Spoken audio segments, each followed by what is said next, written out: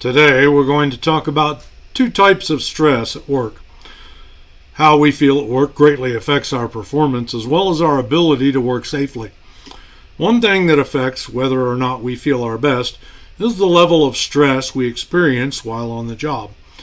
When we're discussing stress, there are traditionally two types of stress.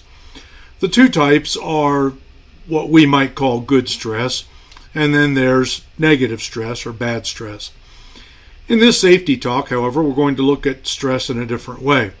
We're going to characterize stress on the job as either unnecessary stress or motivating stress. So when we talk about unnecessary stress on the job, what are we talking about? Unnecessary stress is exactly what it sounds like. It's a negative stress that's put upon us unnecessarily. There's a lot of unnecessary stress created at work. Different sources create unnecessary stress. Some of the common sources of unnecessary stress are poor communication. Individuals who choose to yell, to belittle, to disrespect others in the workplace create a lot of unnecessary stress. How we communicate with each other is vital to ensure everyone can work safely and efficiently as a team. Then, poor pre-planning. Improper planning for work tasks impacts production schedules as well as creates more hazards for everyone involved in the task. Because of the effect on schedule as well as the safety of the task, individuals will face unnecessary stress. Bad leadership is another cause of unnecessary stress. Related to the above two sources of unnecessary stress, bad leadership creates a lot of unnecessary stress at work. Leadership does not automatically mean supervisors or managers. Experienced workers are also leaders.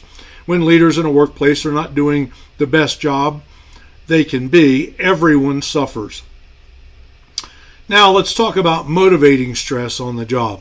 Motivating stress, on the other hand, is a positive stress. Motivating stress comes from different sources. Some common sources of motivating stress are wanting to perform for coworkers or supervisors. When employees work well together and respect one another, they want to do the best job they can for the benefit of everyone else at the company. This results in a motivating stress to do better. Then also a new task or procedure. When we get a new task or have to follow a new procedure, it can be challenging. The challenge of a new work task or procedure is something that we can view as a motivating stress and not something negative.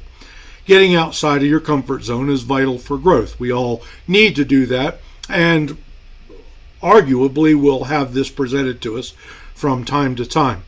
So instead of thinking about stress as the traditional two types of stress, categorize it as unnecessary or motivating. How much of the stress you're dealing with at work is unnecessary? How can it be eliminated? Are you a source of unnecessary stress for someone else at work?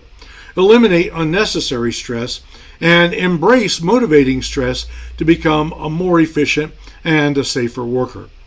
I hope that you will consider this carefully, become a person who motivates others and who encourages others, and a person who is able to identify unnecessary stress, and that you can figure out how to avoid it or how to eliminate it so that we can all get the job done better.